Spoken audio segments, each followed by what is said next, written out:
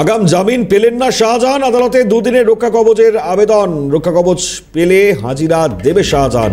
আদালতে জানালেন শাহজাহানের আইনজীবী। একই সঙ্গে গ্রেপ্তার না করার শর্ত, ইডিকে শর্ত শাহজাহানের আইনজীবীর। আপনারা জানেন আজকেই ইডি দপ্তরে হাজিরা দেওয়ার কথা ছিল। তিনবার হাজিরা এড়ালেন, যদিও যে শাহজাহান তার আইনজীবী মারফত তিনি পৌঁছিয়েছিলেন আদালতে এবং হাজিরা দেবেন তার জন্য শর্ত রেখেছেন আইনজীবী শাহজাহানের। তিনি আদালতে এমনটাই জানিয়েছেন। গোটা পরিস্থিতি বিবেচনার জায়গায় এখন অবশ্যই দেখবার শুভজিৎ রয়েছেন টেলিফোন দ্বারে। শুভজিৎ, শাহজাহান তিনি পৌঁছচ্ছেন না হাজিরা দিতে, অথচ আদালতে তার আইনজীবী মারফত তিনি শর্ত রাখছেন, কিভাবে দেখা হচ্ছে? একেবারে দেখো মনিমা, তোমাকে জানিয়ে রাখি, আজ দ্বিতীয়বারের জন্য শেখ শাহজাহান তাকে তলব করা হয়েছিল এনফোর্সমেন্ট ডিরেক্টরেটের পক্ষ থেকে। এই মুহূর্তে শেখ শাহজাহান তিনি 3বার তলব করলেও তিনি তার যে সমন, সেই সমন এড়িয়ে গিয়েছেন। কিন্তু আজই তার আগাম যে জামিন, সেই জামিনের মামলা ছিল ব্যাংশাল আদালতে এবং ব্যাংশাল ইডি-সিবিআই যে স্পেশাল আদালত সেখানে। এবং তার আইনজীবী আজকে জানিয়েছেন যে শেখ শাহজাহান তিনি এই মুহূর্তে এখানে কলকাতায় নেই বা তিনি তার বাড়িতে নেই, তিনি বাড়িতে আসতে পারছেন না। এবং যে পরিস্থিতি তৈরি হচ্ছে তার পরিপ্রেক্ষিতে এই মুহূর্তে শেখ শাহজাহান তিনি চাইছেন যে তিনি হাজিরা দেবেন, কিন্তু বেশ কিছু শর্ত শেখ শাহজাহানের আইনজীবী তিনি আজকে আদালতে রাখলেন। প্রথম শর্ত, শেখ শাহজাহানকে গ্রেপ্তার করা যাবে না, এক। দ্বিতীয় শর্ত, শেখ শাহজাহানের বিরুদ্ধে নতুন করে কোনো সমন জারি করা যাবে না। কিন্তু বিচারপতি স্পষ্টত জানিয়েছেন যে কোনো ব্যক্তিকে যদি সমন করা হয় সেক্ষেত্রে সেই ব্যক্তি দোষী, এই যে বিষয়টি কেন উঠে আসছে এনফোর্সমেন্ট ডিরেক্টরেটের পক্ষ থেকে সাক্ষী হিসেবেও তো একজনকে সমন করা হতে পারে।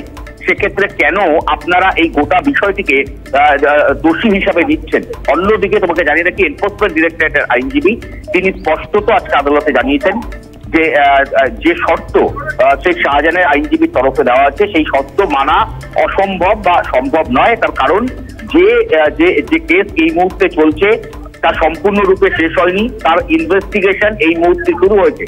ইনভেস্টিগেশন করতে গিয়ে যদি এমন কোনো তথ্য প্রমাণ তার বিরুদ্ধে থাকে সেক্ষেত্রে এনফোর্সমেন্ট ডিরেক্টরেট বা তদন্তকারী সংস্থা তাকে গ্রেপ্তার করতে পারে।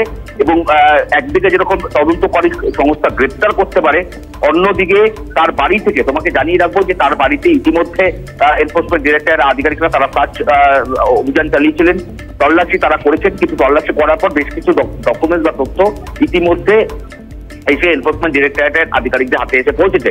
কিন্তু যে সমস্ত তথ্য বা নথি তারা উদ্ধার করেছেন, এছাড়াও তারা স্পষ্টত আদালতে জানিয়েছেন যে তথ্য প্রমাণ তারা সেখান থেকে পেয়েছেন তাছাড়াও বেশ কিছু তথ্য প্রমাণ বা ডকুমেন্ট সেগুলো ওখান থেকে সরানো হয়েছে। বেশ কিছু ব্যাগ, বেশ কিছু লকার সেগুলো খালি অবস্থায় ছিল। সেক্ষেত্রে এই লকার বা ব্যাগগুলিতে কি ছিল সেই সমস্ত বিষয়ে তারা নিশ্চিত হতে চাইছেন এবং এই মুহূর্তে তারা চাইছেন যে শেখ শাহজাহানকে জিজ্ঞাসাবাদ করতে এই রেশন দুর্নীতি কাণ্ডে। কিন্তু কোনোভাবেই শেখ শাহজাহানকে 3বার সমন করা হলেও তিনি যোগাযোগ করেননি, এক। দ্বিতীয়, তিনি এখন এই মুহূর্তে কোথায় রয়েছে গোটা বিষয়টি নিয়ে অনিশ্চয়তা রয়েছে। আদালতে তার আইনজীবী স্পষ্টত এই বিষয় নিয়ে কোনো কিছু জানাননি এবং এনফোর্সমেন্ট ডিরেক্টরেটের তরফে একটি বিষয় বারংবার তুলে ধরা হয়েছে যে শেখ শাহজাহান তিনি প্রভাবশালী এবং তার সঙ্গে পলিটিক্যাল কানেকশন রয়েছে এবং তাকে যদি এই মুহূর্তে জিজ্ঞাসাবাদ না করা হয় সেক্ষেত্রে রেশন দুর্নীতির বিপুল পরিমাণে যে নথি, সেই নথি এভিডেন্স সেগুলো নষ্ট হতে পারে এবং যে তথ্য তাদের হাতে এই মুহূর্তে রয়েছে যে বিপুল পরিমাণে কালো টাকা রেশন দুর্নীতি তা বিদেশে পাচার করা হয়েছে, এই গোটা বিষয়টি নিশ্চিত করার জন্য এই মুহূর্তে শেখ শাহজাহানকে প্রয়োজন এবং তাকে জিজ্ঞাসাবাদ করতে হবে। কিন্তু তোমাকে আবারও জানিয়ে রাখি, শর্ত সাপেক্ষভাবে জানানো হয়েছে শেখ শাহজাহানের আইনজীবী তিনি বেশ কিছু শর্ত রেখেছেন এবং সেই শর্তগুলি যদি এনফোর্সমেন্ট ডিরেক্টরেটের পক্ষ থেকে মানা হয় সেক্ষেত্রে শেখ শাহজাহান তিনি হাজিরা দেবেন, নইলে তার যে আগাম যে জামিন সেই জামিন মঞ্জুর করা হোক এই আবেদনে কিন্তু শেখ শাহজাহানের তরফ থেকে জানানো হয়েছে। কিন্তু সেই আবেদন খারিজ করেছে বিচারপতি।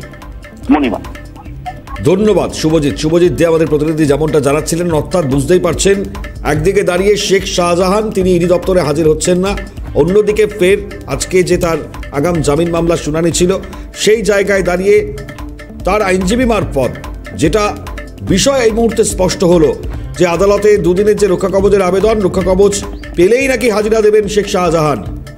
আদালতে এটা শেখ শাহজাহানের আইনজীবী তিনি জানাচ্ছেন এবং একই সঙ্গে আরও একটি শর্ত যে গ্রেপ্তার করা যাবে না বা না করার শর্ত তিনি দিচ্ছেন।